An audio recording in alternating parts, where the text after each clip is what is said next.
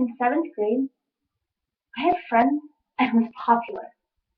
Not the popular blonde hair and lip gloss, but the popular I had always wanted. A comfortable circle of close friends who understood me and accepted me no matter what. Everything was perfect in my short 7th grade view. This perfection I describe as my pitiful way of trying to make what happens next sounds almost reasonable.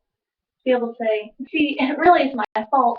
There's a good reason for my actions, not just insanity and chemical imbalances. Of course, I was never really insane, but it's kinder to plead insanity than show consciously what I did. As humans, we justify everything we do.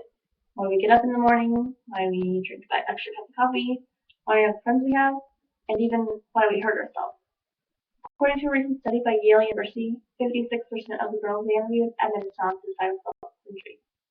Caro knows exactly what it's like, and Lucky by Caro Fink. The next winter, Maggie and I had become virtually inseparable. I went to her house almost every day after school. We wrote notes to each other and classes we were in together. We were completely dependent on one another. Then I fell in love with her.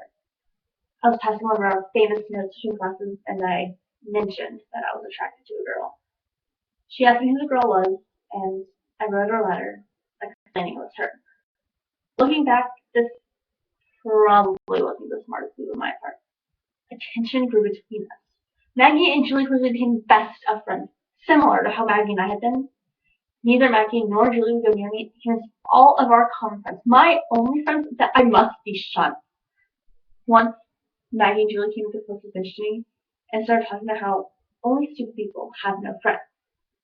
The worst was when I asked one of them for help with mine because it got a little out of my hands. Her response, the only thing that'll help you is suicide. The next day was my birthday party, and I invited the usual crowd. Despite my better judgment, Maggie, Nessa, Julie, Kara, Mark, and Lily, a girl I met at summer camp.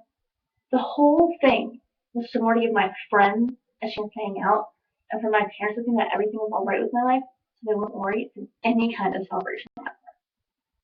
Maggie made an announcement at the party that she and Mark were dating and in complete unsure love with each other. This was, of course, news to me, and forced the move and trying desperately and with wasted effort to close. I left my own party early, retreating to my room to find a pair of scissors. I took the scissors and scraped the blade against my forearm. I was amazed at how rewarding it felt. I've read many memoirs of women cutting, which probably gave me the idea. They all said it was painful, a way to feel something other than numb. For me, it was the complete opposite. A guilty pleasure. Cutting was not at all painful, but it was a beautiful release of the pain inside me. It was almost cleansing, gross baptism. It gave me a short-lived, wonderful numbness. I imagined death to be like this absence of healing. Killing myself was not my goal, however. In fact, I was trying to save myself. Cutting was a desperate and disastrous effort to feel better. After that night, whenever anything bad happened, I would cut it out of me. I was able to cut damage for a while. Eventually, Julie told her mom I was cutting and talking about suicide. Her mom, of course, told mine, and my mom and I had a fabricated, teary confrontation. I told her everything she wanted to hear. No, Mommy, I never meant to hurt you. Yes, Mommy, I know it was bad. No, Mommy, I'll never do it again. Yes, Mommy, I want to get better. But the talk of me having to go see someone scared me. It was okay for me to know that I had a problem, but for me to proclaim to the world that going to therapy was a whole other issue. So I took a drastic measure that almost no one knows about, even now.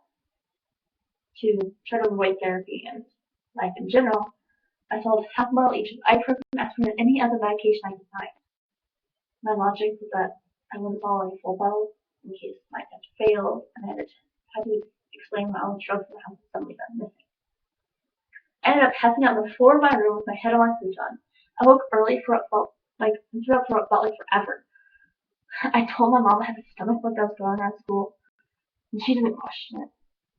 I never helped me try suicide again. I'd virtually gotten over my cutting addiction by the next year. Going to therapy didn't help because I had studied psychology and I was easily able to trick the shrink into thinking I was making significant progress. I quit cutting, mostly because I was on my way to camp, and it was impossible to pull it off there.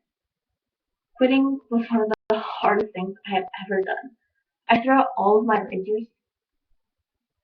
I'm ashamed to admit that. I didn't shave for most of that summer, but it was worth it. Freshman year, home life slipped, and my mother and I fought an insane amount about nothing.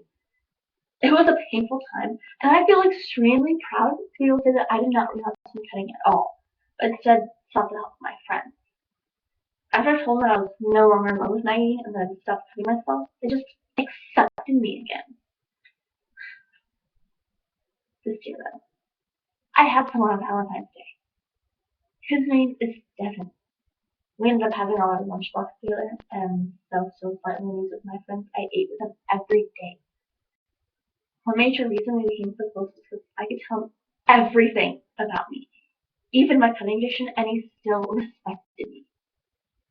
It was weird, because before I met Devin, I'd always classified myself as a lesbian, and appropriately so. I'd never felt attracted to a guy before. It took me 3, 4 months to admit to myself that I was in love with him, let alone anyone else. I hadn't cut for 7 months. I relapsed then, mostly because I hadn't been able to tell Devin I was in love with him. I cut my stomach 56 times one night. The night I thought Devin was never going to come back from seeing Kelly, his friend from him, who I knew he had a crush on. When he did come back, I told him about my encounter with the razor, but I never did tell him why. He was worried, but didn't disrespect me for it, for which I am insanely grateful. He held my hand and let me talk about it to my heart's content, even though he was physically uncomfortable. I gave him my knife, and by the time he came back 3 months later, we were dating.